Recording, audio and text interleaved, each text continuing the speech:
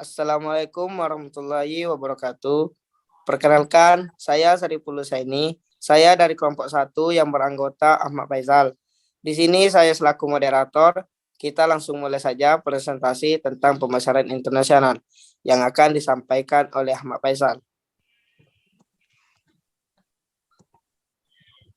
Pengertian pemasaran internasional. 1. Secara klasik, proses penyampaian barang atau jasa dari produsen ke konsumen antar negara baik bilateral maupun multilateral. Biasanya produk yang diperdagangkan hanyalah produk fisik.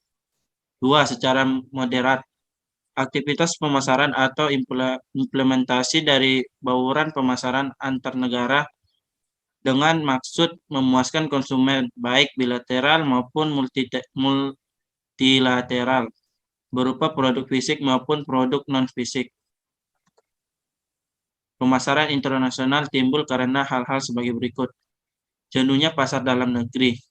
Kejenuhan ini disebabkan karena data penjualan sudah mencapai titik maksimal untuk pasar dalam negeri, sehingga perusahaan berusaha mengambil manfaat dari kesempatan yang terbuka untuk melakukan pertumbuhan dan ekspansi.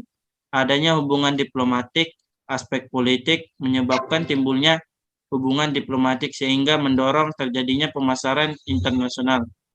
Perkembangan ekonomi. Dalam perkembangannya ekonomi dipengaruhi oleh hubungan yang simultan antara pendapatan negara yang ditimbulkan oleh ekspor dan impor. Macam-macam usaha yang mendukung dalam perkembangan ekonomi adalah sebagai berikut. 1. Substansional, yaitu menghasilkan produk untuk diri sendiri.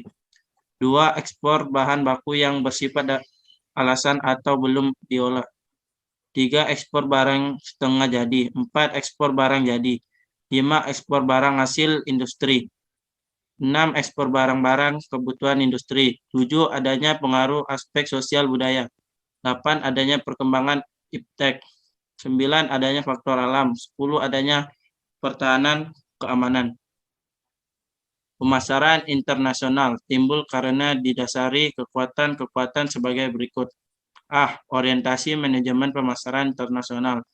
Orientasi adalah asumsi atau keyakinan yang seringkali tidak disadari mengenai sifat dunia. Konsep ini diimplementasikan dalam pemasaran internasional dan telah dikembangkan menjadi 4, yaitu 1. Orientasi etnosentris, suatu asumsi atau keyakinan bahwa negeri asal sendirilah yang unggul.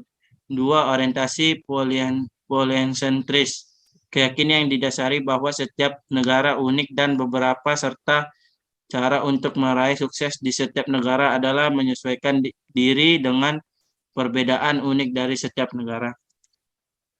3. Orientasi regentris, hampir mirip dengan polisentris maupun organisasi polisentris tidak hanya mengakui adanya perbedaan sifat spesifik pada pasar luar negeri.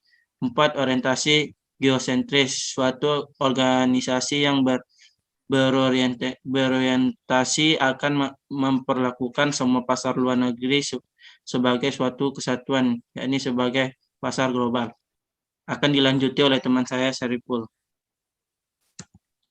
Baiklah, saya akan melanjutkan penjelasan dari Ahmad Faisal. B. Kerangka kerja moneter internasional.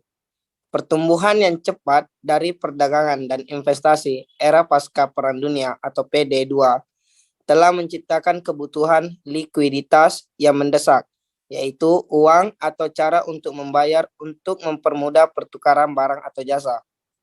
C. Sistem perdagangan dunia. Sistem perdagangan dunia pasca PD2 disusun dengan keinginan umum menghindari kembalinya praktik perdagangan terbatas dan diskriminatoris. D.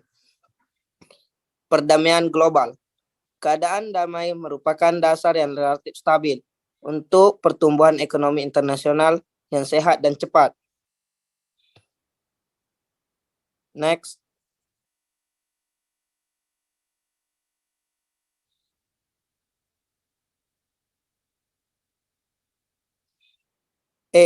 Pertumbuhan ekonomi domestik.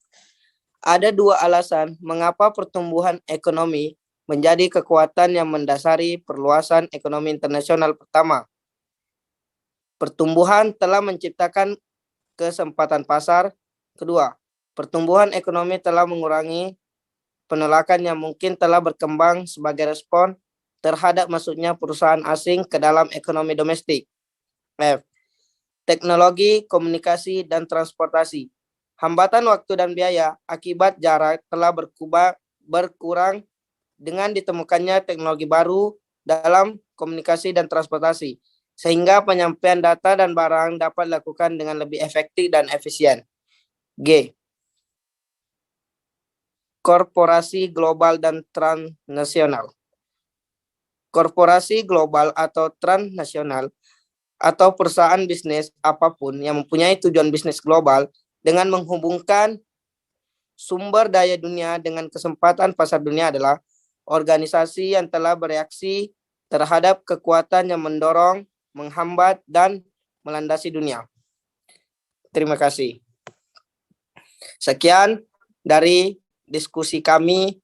Apabila ada kesalahan kata, mohon dimaafkan. Wassalamualaikum warahmatullahi wabarakatuh.